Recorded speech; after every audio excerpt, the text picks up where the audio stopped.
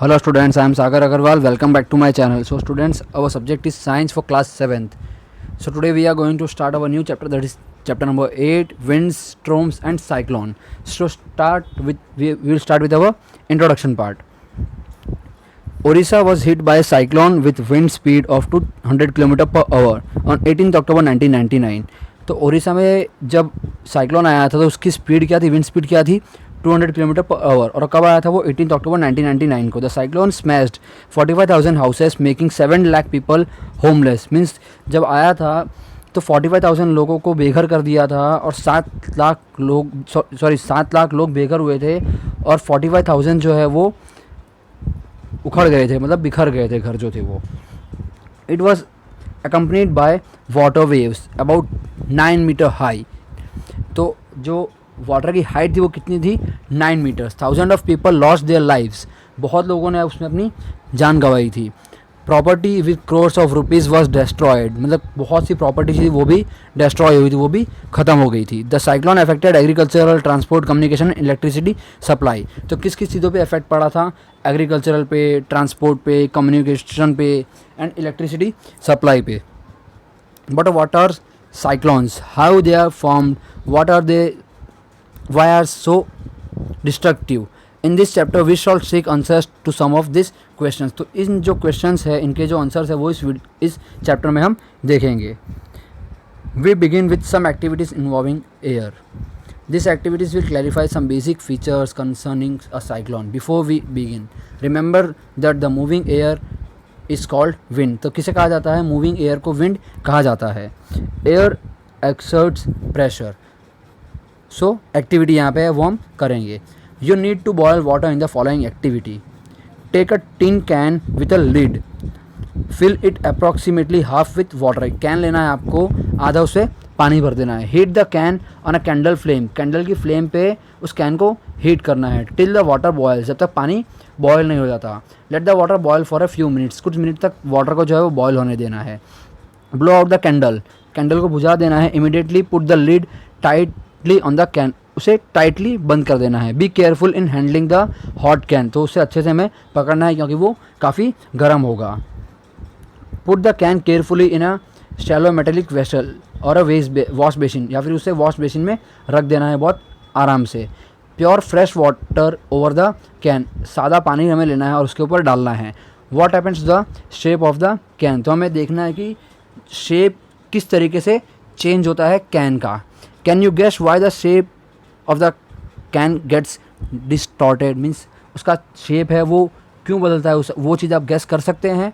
If you cannot get a tin can, take a soft plastic bottle. अगर हम plastic की bottle भी लेते हैं, उसमें अगर गर्म पानी भरते हैं तो क्या होता है, उसका जो शेप होता है वो चेंज हो जाता है, वो अंदर से दब जाती है बॉटल जो है, उसका शेप चेंज होने लगता है। Fill it with hot water, empty the bottle and immediately cap it tightly. तो पानी जैसे ही भरना है और खाली कर देना है तो क्या होगा, उसका ढक्कन जो है हमें टाइटली बंद कर देना है। Place the bottle under running water, और जो बहता हुआ पानी है उसके नीचे रख देना है। तो ये जो एक्टिविटी है ये आपको अपने घर पे परफॉर्म करनी है और देखना है किस तरीके से कैन है या फिर जो बॉटल उसका शेप चेंज होता है। Recall some of your experience. Do you find it difficult to ride a bicycle against the direction of the wind, means जिस अपोजिट जो हवा होती है उसके अगेंस्ट जो डायरेक्शन में हवा चलती है, हम उसमें अगर साइकिल राइड करते हैं तो वो बहुत डिफ़िकल्ट होता है, हमें प्रेशर उसमें लगाना पड़ता है।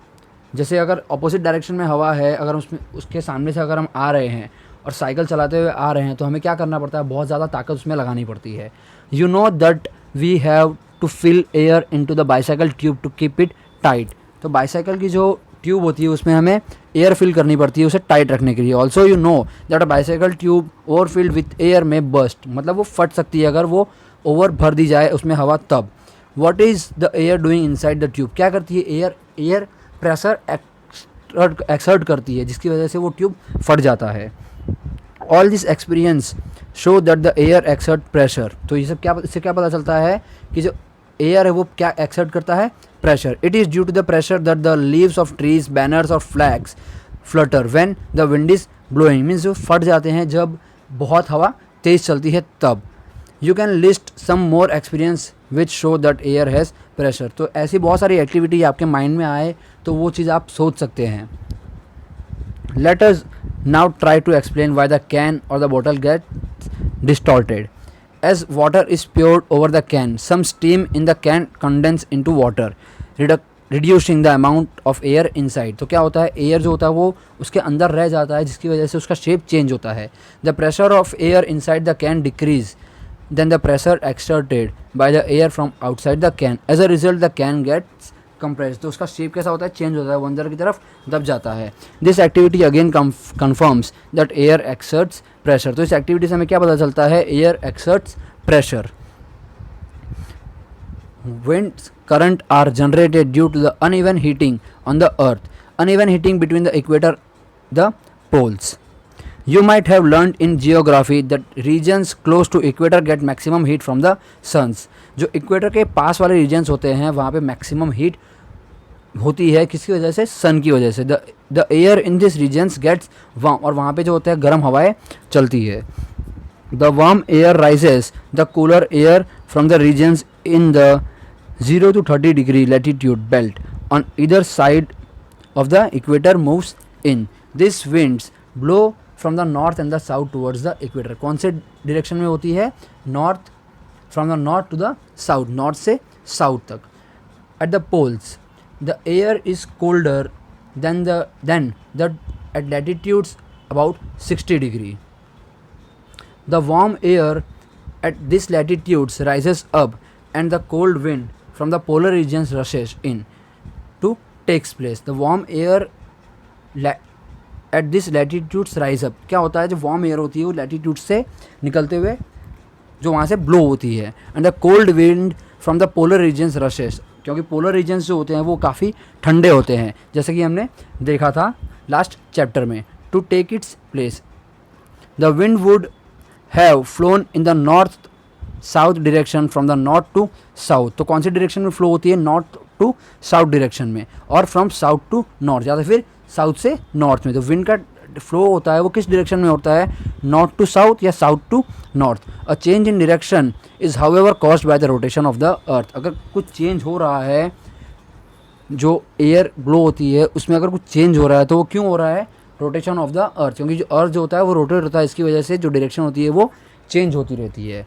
तो स्टूडेंट्स ये था हमारा आज का वीडियो। इस वीडियो को ध्यान से देखिए और समझने की कोशिश कीजिए। हमारा जो नेक्स्ट टॉपिक है वो नेक्स्ट वीडियो में कवर करेंगे। Thank you students.